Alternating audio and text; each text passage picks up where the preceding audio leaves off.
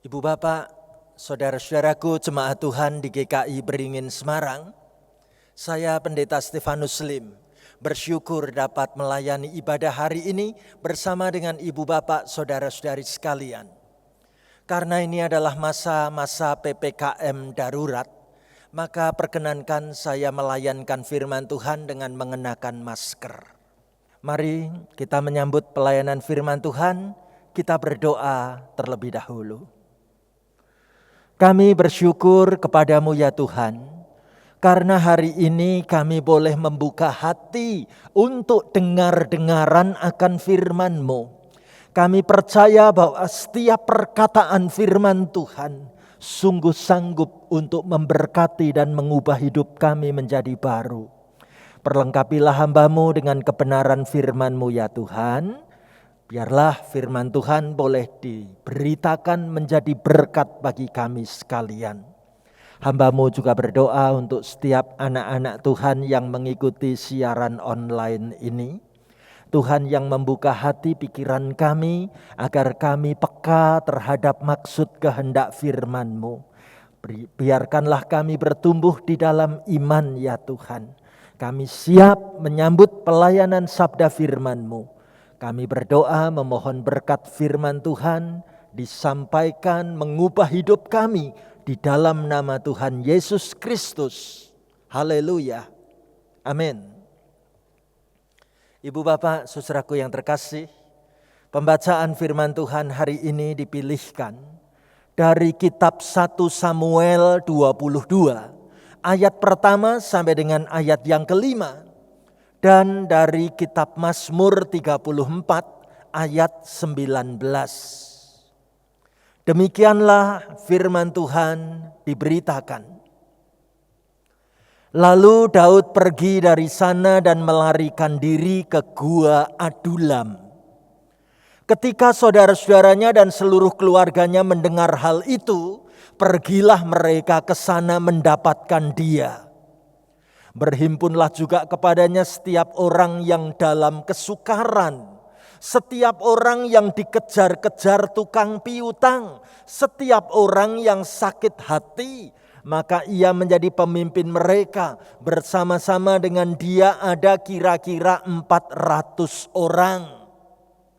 Dari sana Daud pergi ke Mispa di Moab dan berkata kepada raja negeri Moab, "Izinkanlah ayahku dan ibuku tinggal padamu sampai aku tahu apa yang dilakukan Allah kepadaku." Lalu diantarkannyalah mereka kepada raja negeri Moab dan mereka tinggal bersama dia selama Daud ada di kubu gunung. Tetapi Gad, nabi itu berkata kepada Daud, "Janganlah tinggal di kubu gunung itu. Pergilah dan pulanglah ke tanah Yehuda." Lalu pergilah Daud dan masuk ke hutan Keret. Mazmur 34 ayat yang ke-19. Tuhan itu dekat kepada orang-orang yang patah hati dan ia menyelamatkan orang-orang yang remuk jiwanya. Amin. Demikianlah Injil Yesus Kristus. Berbahagialah mereka yang mendengarkan firman Allah dan yang memeliharanya. Haleluya. Haleluya. Haleluya. Haleluya.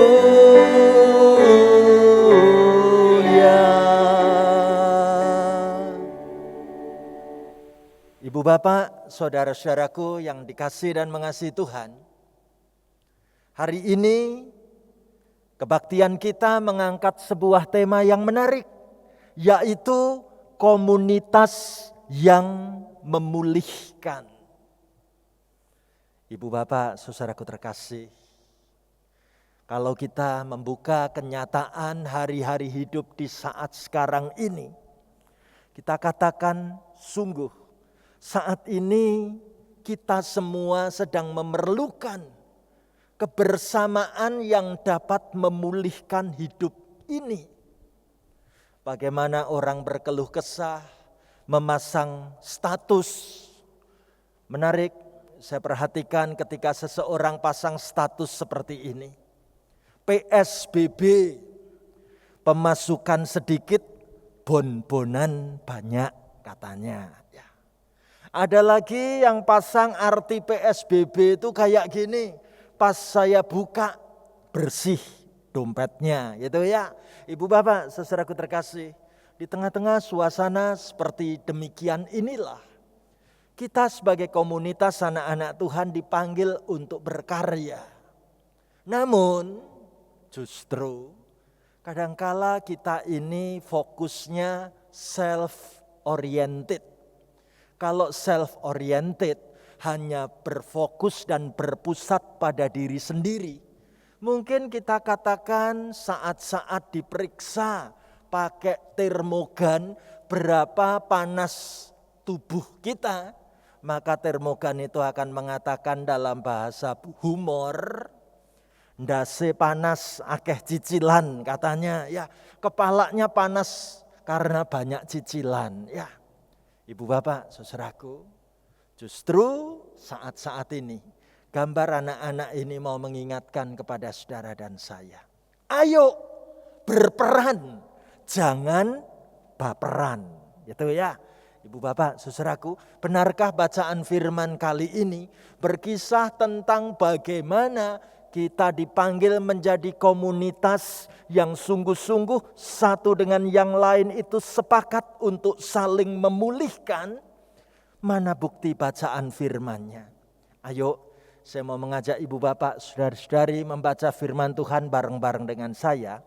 1 Samuel 22 ayat 1 dan 2. Kita ucapkan bareng-bareng begini ya. Lalu Daud pergi dari sana dan melarikan diri ke Gua Adulam. Ketika saudara-saudaranya dan seluruh keluarganya mendengar hal itu, pergilah mereka ke sana mendapatkan dia.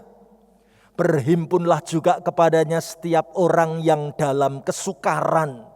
Setiap orang yang dikejar-kejar tukang piutang, setiap orang yang sakit hati, maka ia menjadi pemimpin mereka. Bersama-sama dengan dia ada kira-kira 400 orang. Ibu bapak, saudara yang terkasih, pembacaan firman kali ini mau menunjukkan kepada saudara dan saya bagaimana dalam situasi yang sangat berat dan sulit, tepatnya saat itu Daud sedang mengalami keadaan tertekan, ketakutan, bahkan sangat frustrasi karena ada intimidasi dari Raja Saul yang mengejar-ngejar dan ingin membunuh Daud. Daud mau tidak mau melarikan diri. Alkitab katakan dalam pelariannya itu Daud bersembunyi ke dalam Gua Adulam. Menarik, kata Adulam itu punya arti tempat yang tertutup. Jadi kalau Daud ada di dalam Gua Adulam itu secara lokasi aman. Daud ada di tempat yang tertutup. Ibu bapak, saudaraku terkasih, tahukah kita bahwa pada zaman itu gua itu menjadi tempat persembunyian paling favorit bagi orang-orang yang bermasalah. Misalnya buronan, misalnya penjahat, misalnya perampok atau preman atau yang sering disebut sebagai sampah masyarakat, pasti carinya tempat sembunyi di dalam gua. Ibu bapak, saudaraku terkasih, gua menjadi tempat untuk berlindung, cari aman, mencari tempat yang tertutup. Mengingatkan kita bagaimana saat-saat sekarang ini kita juga sedang harus bersembunyi. Stay at home. Kita enggak lagi bisa keluar menampakkan diri dengan leluasa seperti dulu. Karena pandemi virus COVID-19 ini semakin merajalela. Kita katakan pandemi ini merupakan badai COVID-19 yang betul-betul makin hari terus semakin banyak menyebar di mana-mana. Coba kita lihat gambar ini. Seolah-olah bola dunia ini bagaimana sudah dipenuhi dengan virus COVID-19. Ibu bapak, saudaraku terkasih. Itu sebabnya di tengah-tengah badai COVID-19 seperti ini, pemerintah bermaksud untuk menolong dan menyelamatkan dengan menyelenggarakan apa yang disebut PPKM darurat. Kita berada lebih baik di rumah. Tidak usah pergi-pergi, itu lebih aman.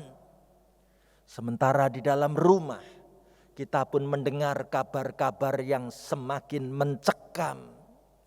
Bagaimana dengan mudahnya virus ini menular.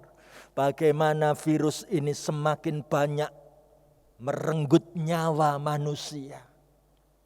Ibu bapak, saudaraku yang terkasih.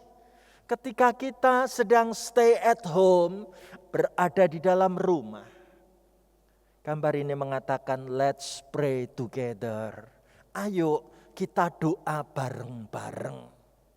Cukupkah kita mengambil sikap berdoa? Ibu bapak, saudaraku terkasih, sebuah pertanyaan yang menarik. Apakah ketika aku di dalam rumah, lalu kemudian aku mengambil sikap self-oriented, aku enggak peduli dengan lingkungan sekelilingku. Kalau kita bicara tentang sikap self-oriented, hanya berorientasi pada diri sendiri, maka seseorang kirim gambar seperti ini. Ini loh, gambar kalau dari kecil diajari sikap cuek. Ya, yaitu dengan tutup telinga, pura-pura enggak usah dengar. Tutup mata, pura-pura enggak usah lihat. Tutup mulut, pura-pura enggak usah ikut ambil bagian bicara sedikit pun. Ibu bapak, saudaraku terkasih. Konon kalau dari kecil manusia diajari untuk cuek, hidupnya hanya untuk tutup telinga, tutup mata dan tutup mulut. Saat meninggal, nanti kerangka jenazahnya katanya jadi begini ya, tetap tutup telinga, tutup mulut dan tutup mata katanya. Ya, ibu bapak, saudaraku, justru hari ini kita menemukan pelajaran yang luar biasa dari kisah kehidupan Raja Daud, yaitu kisah apa yang terjadi di Gua Adulam. Ibu bapak, saudaraku yang terkasih, saat Daud berpikir hanya untuk diri sendiri, menyelamatkan hidupnya dan bersembunyi di dalam gua, ternyata Tuhan malah kirim ada 400 orang bermasalah. Bahkan dikatakan lebih jauh, orang-orang ini membutuhkan didampingi Daud supaya Daud menjadi pemimpin mereka. Dan ketahuilah, di saat Daud hanya berpikir untuk diri sendiri, Tuhan kirimkan orang-orang yang dalam kesulitan seperti ini. Maka itu menjadi titik perubahan kehidupan Daud. Mana buktinya? Ayo kita baca firman Tuhan bareng-bareng ayat 3, 4, dan 5. Kita ucapkan firman Tuhan begini. Dari sana Daud pergi ke Mispa di Moab dan berkata kepada raja negeri Moab, izinkanlah ayahku dan ibuku tinggal padamu sampai aku tahu apa yang dilakukan Allah kepadaku. Lalu diantarkannyalah mereka kepada raja negeri Moab dan mereka tinggal bersama dia selama Daud ada di kubu gunung. Tetapi Gad, nabi itu berkata kepada Daud, janganlah tinggal di kubu gunung itu, pergilah dan pulanglah ke tanah Yehuda. Lalu pergilah Daud dan masuk ke hutan Keret. Ibu bapak, saudaraku yang terkasih, bacaan ini mau memberitahu kepada saudara dan saya bagaimana saat Daud ditunjukkan tentang tugas peranannya, maka saat itu Daud segera bangkit untuk membuka lembaran hidup yang baru. Aku tidak boleh hanya sembunyi bagi diriku sendiri. Ia ingat tentang kedua orang tuanya, ayah dan ibunya. Daud terpanggil untuk memberikan pertolongan bagi ayah dan ibunya. Dititipkanlah ayah dan ibunya itu kepada raja negeri Moab. Karena kedua orang tua ini sudah lanjut umur, tidak mungkin diajak ikut berada dalam masa-masa pelarian seperti itu. Lalu Daud sendiri berjuang ada di kubu gunung. Ibu bapak, saudaraku terkasih, Daud diingatkan Tuhan supaya hidupnya belajar memberi perhatian, belajar memberi kasih. Teristimewa untuk orang tua, dipikirkan bagaimana kelanjutan kehidupannya. Dan menarik, Tuhan mau mendidik Daud bahwa mengasihi itu mesti nyata. Mengasihi itu mesti ada buktinya. Mengasihi itu butuh sungguh-sungguh dikerjakan sepenuh hati. Maka Daud bertanggung jawab penuh. Bagaimana aku memikirkan bukan hanya kedua orang tuaku, tetapi sekarang ada 400 orang yang sedang dalam kesulitan, ikut bersama denganku. Aku harus melindungi dan menjagai mereka. Ibu bapak, saudaraku, melihat kisah peristiwa ini, kita jadi ingat bagaimana Raja Daud kemudian bersaksi dan kesaksiannya ditulis di dalam kitab Mazmur. Apa yang Raja Daud saksikan, ayo kita baca bareng-bareng Mazmur 34 ayat 19.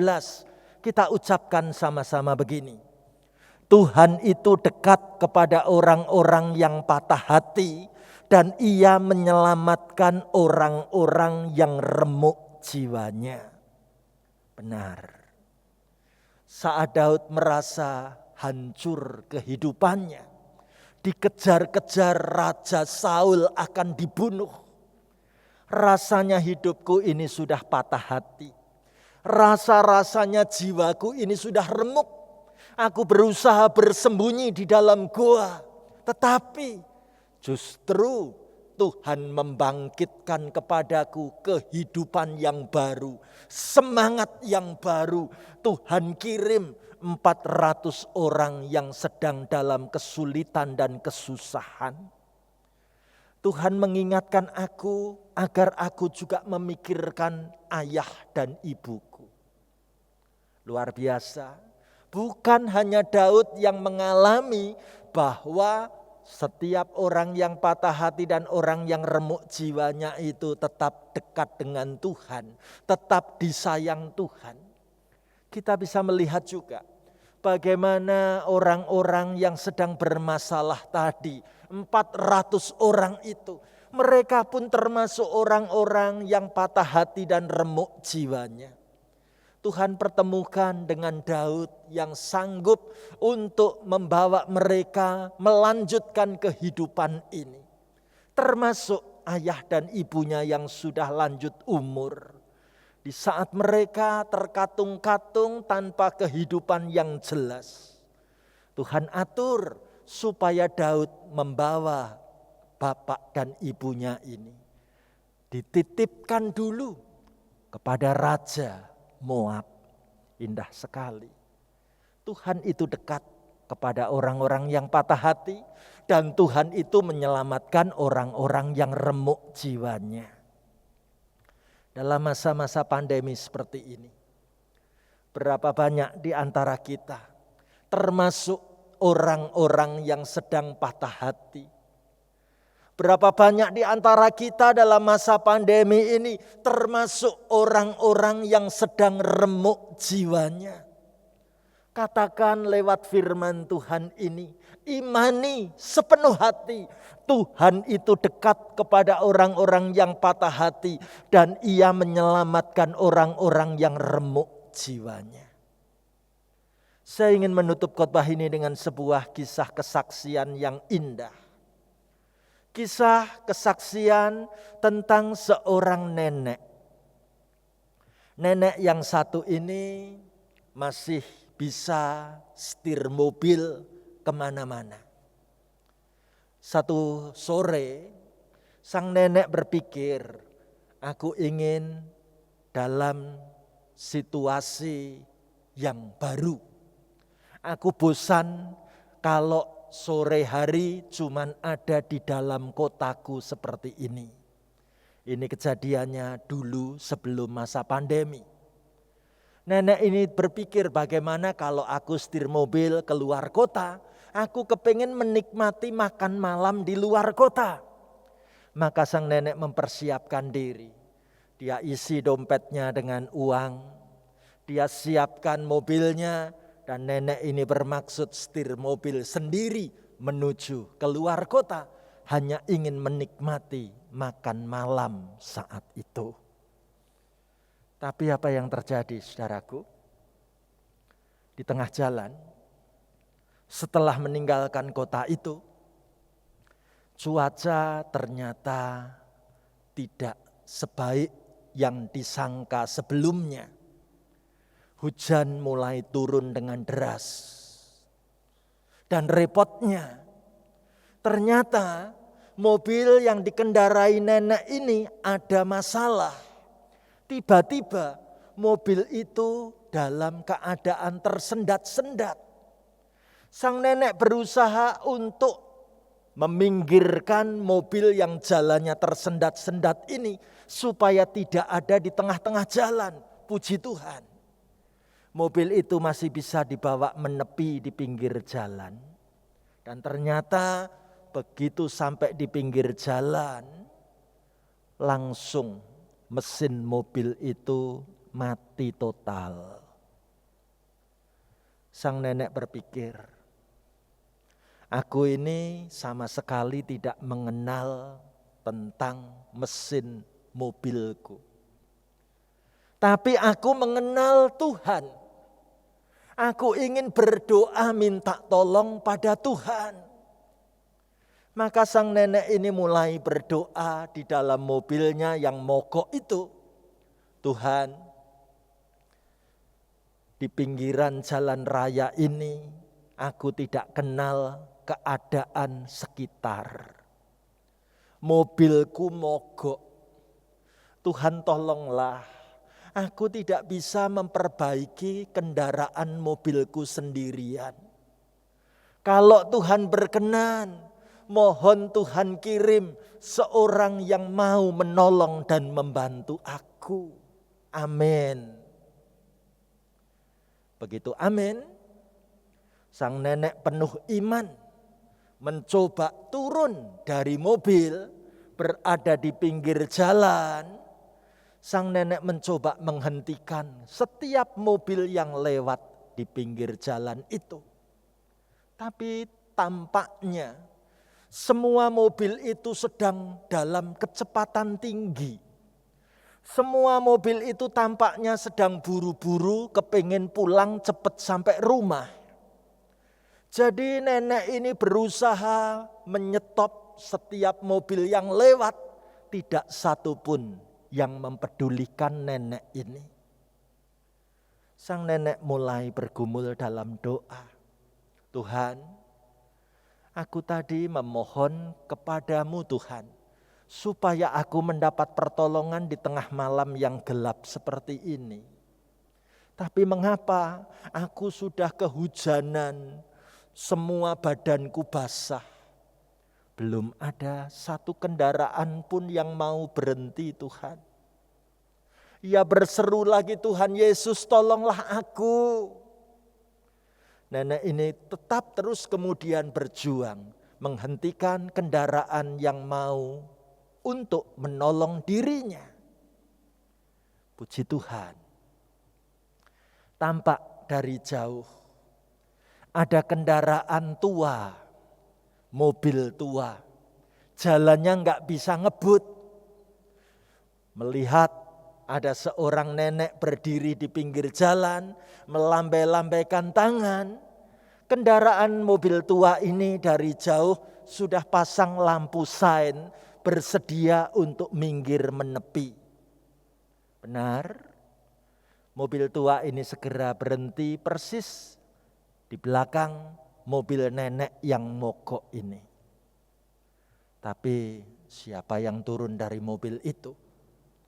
Betapa kaget nenek ini melihat yang turun dari mobil itu seorang laki-laki tinggi besar, berewokan, wajahnya tampak sangar, enggak banyak omong. Tiba-tiba mengatakan, "Mana kunci mobilnya?" Sang nenek ini ketakutan. Dalam hati nenek ini berkata, "Tuhan, aku tadi kepengennya itu minta dikirim penolong. Kenapa Tuhan kirim sosok laki-laki yang nakutin kayak penjahat begini?" Tapi karena nenek ini sudah sangat terpojok dan tidak tahu mesti berbuat apa, dia serahkan kunci mobil itu kepada laki-laki tinggi besar yang berewokan tadi. Lalu laki-laki ini mencoba memperbaiki kendaraan sang nenek. Dan ternyata laki-laki ini seorang yang hebat. Dalam waktu tidak terlalu lama, mobilnya nenek ini berhasil di-starter kembali. Maka segera laki-laki itu berkata kepada sang nenek, "Silahkan nenek naik mobil ini lagi. Mobilnya sudah bisa dikendarai." Nenek itu mengatakan, "Pak, maaf Pak, sebentar Pak. Saya ingin memberi uang kepada Bapak." Apa jawab laki-laki itu? "Tidak usah kasih uang. Menolong orang itu bukan kerjaan yang harus dibayar." Nenek ini kaget. Laki-laki itu kemudian mengatakan, "Yang penting sekarang mari kita senang menolong orang yang sedang dalam kesusahan tanpa mengharap bayaran." Laki-laki yang wajahnya sangar, penampilannya tampak mengerikan tadi, cepat-cepat masuk ke dalam mobil dan pergi meninggalkan nenek itu. Tapi kata-kata dari laki-laki itu sungguh tersimpan di hati sang nenek. Mari kita suka menolong orang yang dalam kesulitan, dan menolong orang lain itu bukan sebuah pekerjaan yang harus dibayar. Kata-kata itu bagus, menginspirasi sang nenek. Nenek itu cepat-cepat kemudian melanjutkan perjalanannya. Puji Tuhan, perutnya sudah terasa makin lapar. Kendaraannya sudah bisa dinaiki. Nenek ini lanjutkan perjalanan. Aku harus cari warung makan terdekat, restoran terdekat, dan aku tidak tahu ada di mana. Ini sudah tambah malam. Puji Tuhan, nenek itu melihat bahwa di sebelah kiri jalan di depan sana ada resto yang belum tutup. Jadi nenek ini mengendarai mobilnya untuk masuk ke dalam halaman parkir restoran itu. Luar biasa. Begitu nenek ini mau turun dari mobil, tiba-tiba seorang pelayan dari tempat restoran itu membawa payung, mencoba berlari-lari kecil mendatangi sang nenek. Nenek itu ditawari, "Ayo nek, ini hujan, saya bawa payung, kita pakai payung menuju ke restoran ini." Nenek itu tersenyum. Di sini pelayannya luar biasa, penuh kehangatan. Begitu masuk ke dalam restoran, nenek ini disodori daftar menu, pengen makan apa yang anget-anget. Karena ini sudah malam dingin apalagi hujan, pengen minum apa yang anget-anget nenek. Di restoran ini kami punya menu yang hangat ini, dan ini. Nenek itu tersenyum. Dia lihat pelayan yang menjemput aku waktu aku turun dari mobil tadi adalah pelayan yang sama yang membawa menu, makanan dan minuman saat ini. Aku kaget memperhatikan pelayan ini. Karena ternyata pelayan ini tampak perutnya gede banget. Sedang hamil tua. Ya. Sang nenek setelah memesan makanan dan minuman, cepat-cepat dinikmati dan sungguh enak rasanya. Lalu ia panggil pelayan itu. Ia siap untuk membayar. Dan luar biasa, saat nenek ini mau pergi, ia serahkan sebuah amplop untuk pelayan yang sedang hamil tua tadi. Makanan minuman ini tadi sudah aku bayar. Izinkan aku memberikan kepadamu bonus dalam amplop ini. Tolong nanti dibukanya di rumah ya. Pelayan resto yang hamil tua itu menerima amplop itu sambil berterima kasih. Tangannya gemetar saking terharunya. Tidak lama kemudian, restoran itu tutup. Pelayan ini mesti pulang kembali ke rumah. Sampai di rumah, dia panggil suaminya. Suamiku, tadi pagi kita doa bareng-bareng sebelum engkau berangkat kerja dan aku berangkat kerja. Kita minta kepada Tuhan supaya kita punya uang untuk biaya melahirkan anak kita. Ya terus kenapa? Kata sang suami. Lihat, aku pulang bawa amplop. Amplop ini diberikan oleh seorang nenek kepadaku. Yang menjadi tamu terakhir di restoran kami malam ini tadi. Ayo, sebelum kita buka, kita doa bareng-bareng dulu yuk. Suami istri ini berdoa mengucap syukur karena ada berkat yang tak terduga. Lalu ketika amplop itu dibuka, puji Tuhan, jumlahnya amat sangat cukup untuk biaya melahirkan di rumah sakit. Dan yang lebih mengejutkan, tahukah kita siapakah laki-laki sang suami pelayan restoran ini? Ternyata laki-laki itu adalah montir mobil yang tadi memperbaiki mobilnya nenek tadi. Suka menolong orang dalam kesulitan sudah dipraktekkan luar biasa oleh sang nenek ini. Sikap saling peduli, sikap saling mendukung, sikap saling memulihkan. Kiranya menjadi proyek percontohan bagi dunia yang dilakukan oleh gereja-gereja Tuhan di muka bumi ini. Bersyukur kalau kita hari ini di tengah-tengah jemaat Tuhan di GKI Beringin Semarang, saudara dan saya dipanggil dan diundang untuk terlibat menjadi bagian dari komunitas yang sepakat untuk saling memulihkan. Saudaraku, jangan lagi perhatian ini tertuju pada diri sendiri atau self-oriented. Tuhan mau buka hati kita. Dalam masa pandemi yang berat dan sulit ini, lihatlah ada banyak orang yang memerlukan perhatian kasih kita. Di tengah-tengah badai COVID seperti ini, berapa banyak orang yang membutuhkan uluran tangan kasih kita. Maukah kita dipakai Tuhan menjadi bagian komunitas yang siap untuk memulihkan?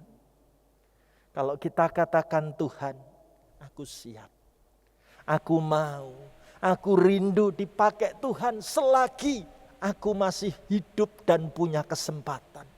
Kalau ini tekad kesanggupan kita, saya mau mengajak kita nyanyikan lagu Hidup Ini Adalah Kesempatan.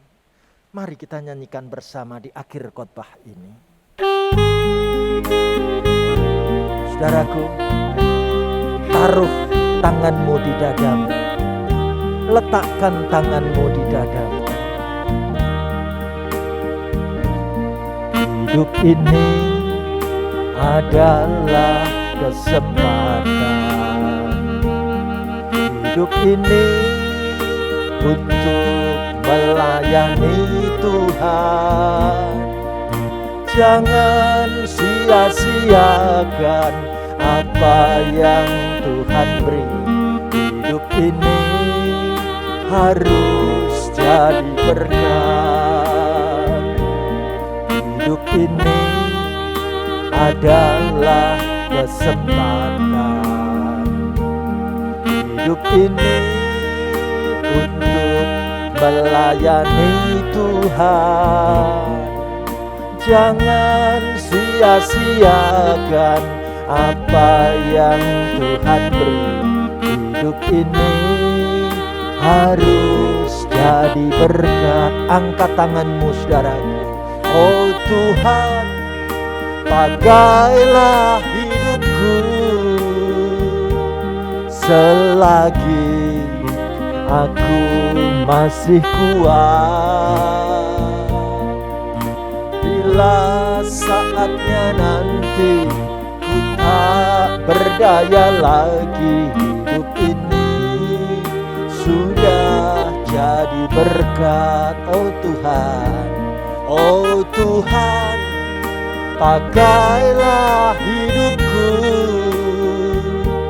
selagi aku masih kuat. Bila saatnya nanti ku tak berdaya lagi, hidup ini sudah jadi berkat. Mari saudaraku, kita masuk dalam doa. Berdoalah saudaraku. Ceritakan pada Tuhan apa yang sedang menjadi pergumulan hidupmu saat ini. Apa yang sedang kau takutkan dan kau khawatirkan. Pergumulan keluarga seperti apa yang ingin kita doakan dalam masa PPKM darurat ini. Doakanlah keluarga kita tetap diberi kesehatan dan kekuatan dari Tuhan yang luar biasa. Berdoalah untuk setiap nama yang ingin kau sebut dalam doamu. Apa yang ingin kau lakukan selagi masih ada kesempatan yang Tuhan beri. Saudaraku, Tuhan mau kita bukan hanya memikirkan diri sendiri. Namun bukalah hatimu, pikirkan ada banyak orang-orang di sekitar kita yang sungguh memerlukan kasih cinta Tuhan. Tuhan mau kita sungguh bergerak untuk membagikan kehangatan kasih, kepedulian, dan tindakan nyata yang dapat kita kerjakan bersama. Biarlah kita semua sepakat mengatakan, pakailah hidupku Tuhan. Oh Tuhan, pakailah hidupku selagi aku masih kuat. Bila saatnya nanti ku tak berdaya lagi, hidup ini sudah jadi berkat. Oh Tuhan, pakailah hidupku selagi aku masih kuat. Bila saatnya nanti ku tak berdaya lagi, hidup ini sudah jadi berkat. Amin.